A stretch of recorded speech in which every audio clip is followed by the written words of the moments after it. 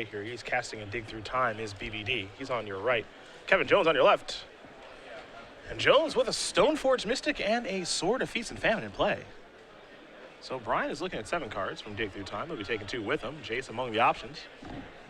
And my biggest criticism of BBD's build of the deck that was on Stoneforge Mystic, and I believe no copies of Entreat the Angels from the past year, was an issue of time. Yeah. I felt like BBD's deck was drawing too often in winning positions because it took him too long to win the game. Now playing with a much faster build of the deck with 2 copies of Entreat the Angels instead of Stoneforge Mystic. He typically just couldn't close games out. Yeah. And that was the big issue. Now, Miracles already has some real difficulty doing that in the first place, but with the build that Brian had, he had some real trouble closing games in time. Dig Through Time done resolving. Flooded Strand is the land for the turn. Ladies and gentlemen, and now there's a Snapcaster. I'm looking for Andrew Boswell. That's going to resolve.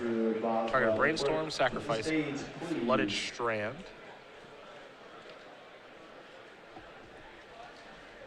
Brian will get himself a Volcanic Island. But it does look like Kevin may get an opportunity next turn connected with Sword of Feast and Famine. It looks that way. Or at least force a chump block. 3 cards drawn with the Brainstorm. 2 cards, of course, will have to go back. See if Kevin can clear a path for Stoneforge Mystic with the sword. As Brian was doing that all in his turn while the shields were down. Jones 10-3 in this tournament. Big tournament for him. If he's able to make top 8 here, he's able to open up a pretty decent lead on the field here for Season 2. Ross Merriam this round, he was 10-3. He won. So he moves on to 11-3. He actually beat Danny Jessup this round.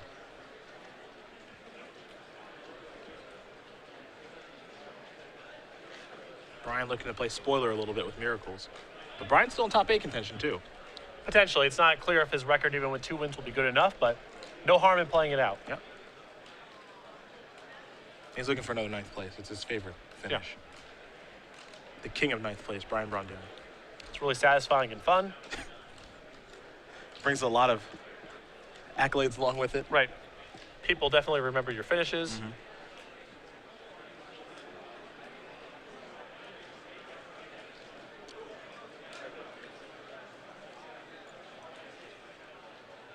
Brian sacrificing a Flooded Strand there. That's counterbalance in hand, looking to get something set up here. Also has a couple of copies of Pyroblast too. I mean, top and counterbalance and a bunch of red blasts in hand is a good spot for BBD to be in. There's a counter spell. Brian probably going to fight over that with Pyroblast. At least it seems as though he wants to. With the game looking like this, being at a very slow pace, Kevin with not a lot on the board, I'm looking to fight for counterbalance. And there's Pyroblast. Counterbalance is in now. Here's Sensei's Divine Top. Brian loading up that graveyard again in case he finds another Dig Through Time. He's got 2 in his main deck. Batter Skull going to come in through the Stoneforge Mystic. So Kevin's got all the equipments. There's a Germ Token. Wrong Germ Token, Kevin. Kevin, you gotta kick Brian's butt with his own token. We have a rule about this. Yeah. There you go. See, he loves it. We love it. Gotta use that Brian token. Brainstorm the draw.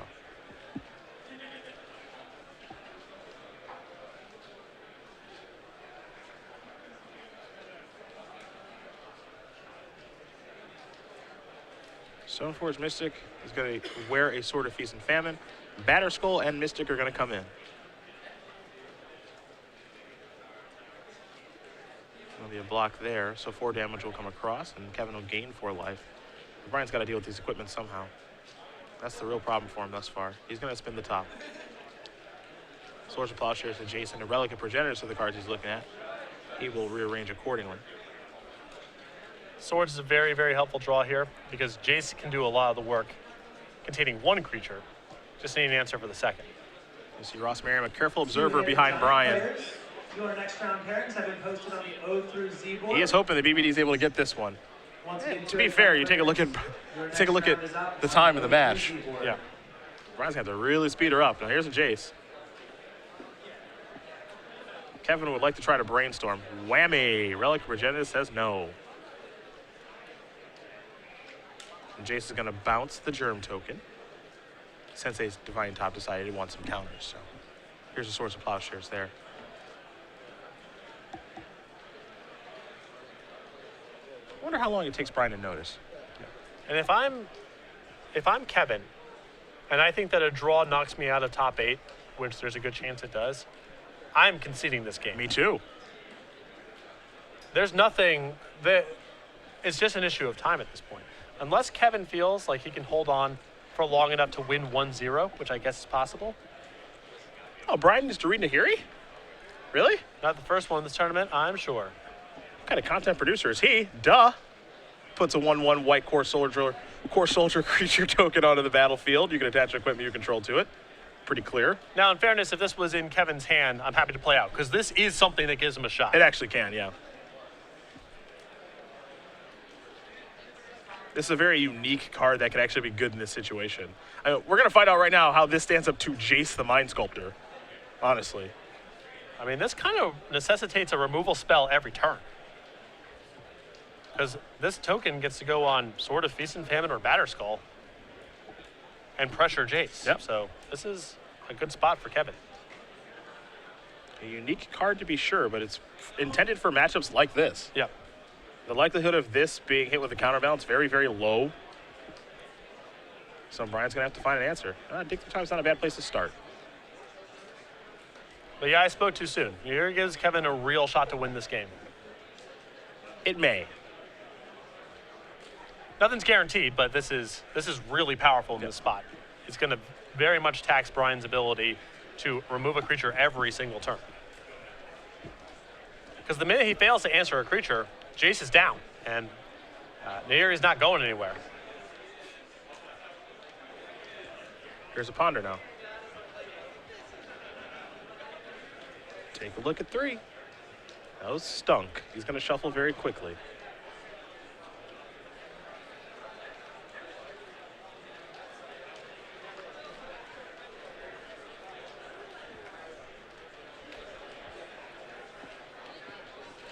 Jace's going to bounce that token. But there will be another one coming soon here from Nahiri. As Jones will draw a card. But this is not a long-term solution. Now, Kevin is going to have a lot of his spells locked out for the remainder of the game because of Counterbalance plus Sensei's Divine Top. Not a guarantee that it's all of them, but a good portion of them. So it's likely to be Nahiri or bust.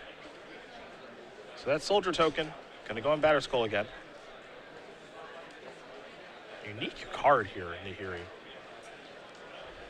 Wonder where he thought this up. Game of Commander, maybe? Potentially. There's a first for everything. That's what makes Legacy great.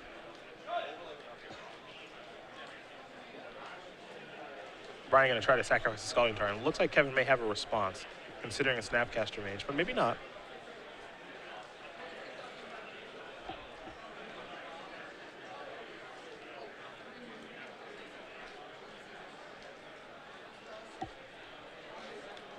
Still quite unsure of himself. All right, he's going to let the fetch go.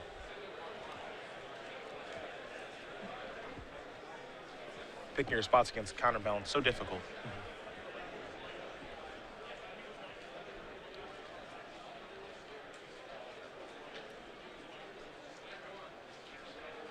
Going to spin the top now, little BBD.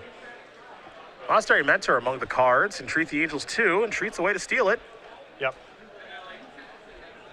Especially if you assume you can just win any counter war over it because of Sensei's Divine Top plus Counterbalance plus whatever you got left over in your hand. Yep, I believe there's a Pyroblast hanging out over there.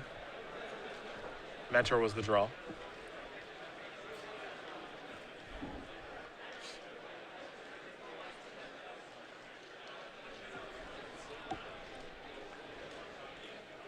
There is Monastery Mentor. So Brian not ready to set up with Entreat the Angels just yet. Doesn't feel like he has enough protection.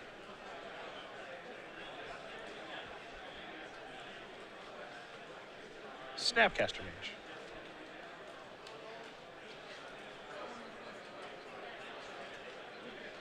Spin the top. No 2 there. 3 good cards, though. Entreat the Angel, Source of Plowshares, and Jace the Mind Sculptor. Pyroblast going to go after that.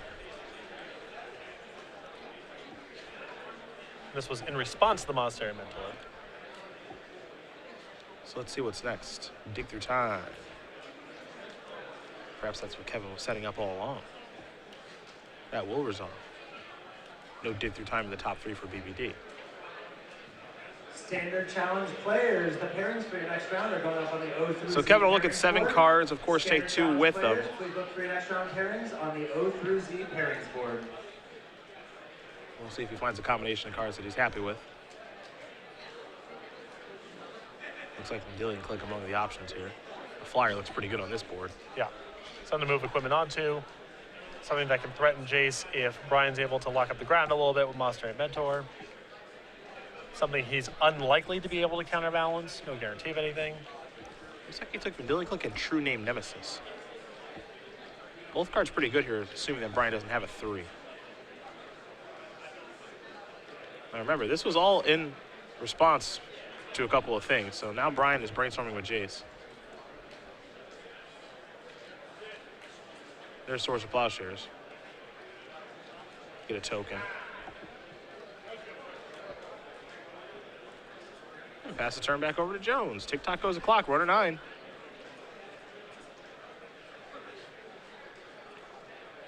Arid Mace in the draw.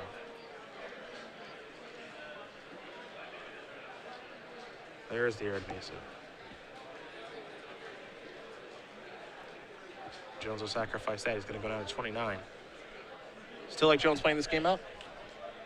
Yeah, I'm fine with it. I mean, with Kevin up 1-0, I think it's reasonable play out for here because Kevin may be able to win, or BBD may not be able to kill him in time. It's a really weird balance. Yeah. Because he's up a game, it's a really strange balance. It does get to a certain point where the clock runs down low enough where it's just the die's been cast. Kevin has to play the game out to its conclusion because it will make an appreciable difference in his ability to win a game 3 in time. Here's True Gnosis. That's a 3-mana spell and Entreat the Angels. See you later.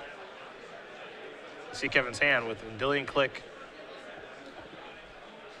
and Jace the Mind Sculptor. And here he's going to put another soldier into play on Batterskull. Brian's going to spin a stop. Actually, he's going to brainstorm first. He's going to make a Monk token. He'll draw 3 cards. 2 will have to go back. See where he wants to put Entreat the Angels. Just wants to get a card deeper into his deck. There is Entreat.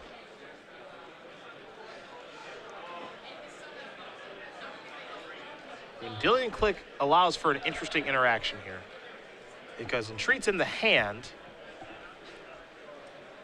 and then the Miracle Trigger goes on the stack. So Kevin, depending on how he sequenced things, can then select Entreat the Angels, put it on the bottom of the deck. Yeah. Yeah, so Brian needs to have all the mana untapped because technically nothing is resolved yet. Yeah, there's just a trigger on the stack right now of Entreat the Angels. Correct. Just technically in Brian's hand. Yep. Got a little ahead of himself there.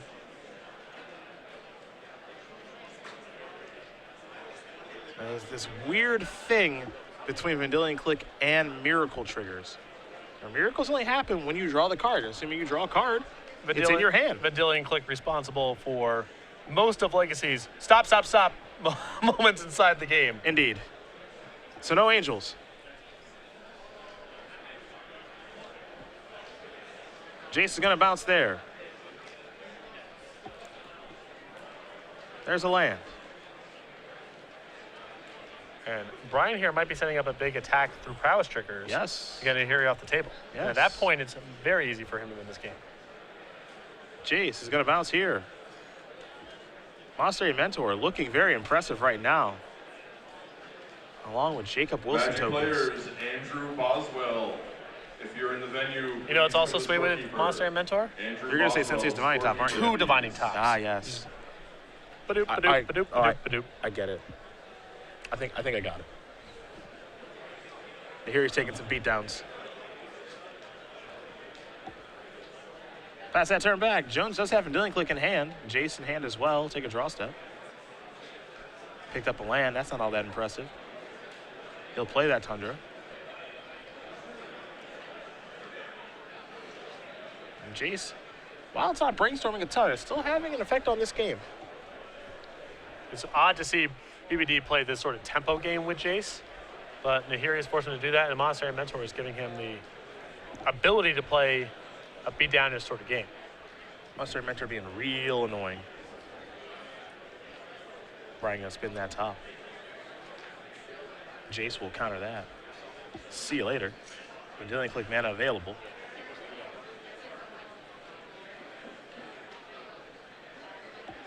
We'll spin it to win it. Brian's happy with the configuration. He's untapping and drawing here. 3 Monk tokens out there from the Mentor. Looks like Ponder may be the draw. Not a bad place to start. There'll be a trigger from Monastery Mentor. Take a look at 3 cards. Counterbalance, Jace, and Brainstorm.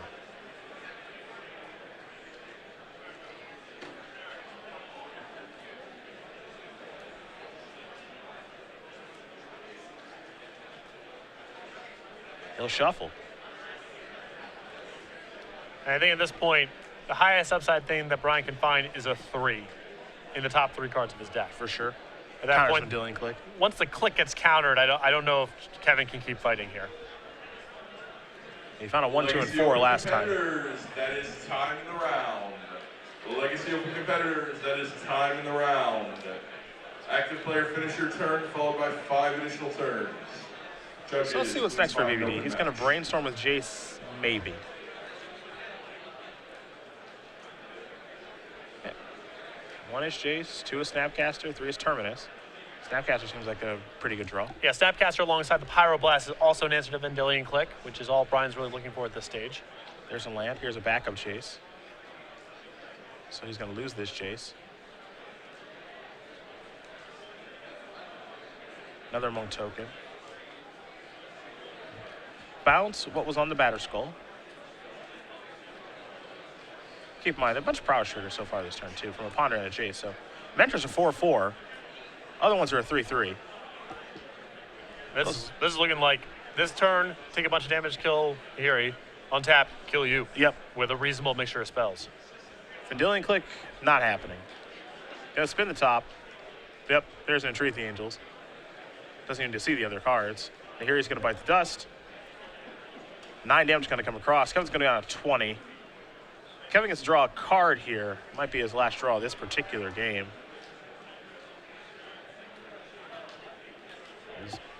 I have no idea what this is. Okay.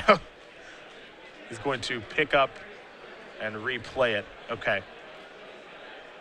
Is it a fireball or what? The way he Yeah. tapped his mana.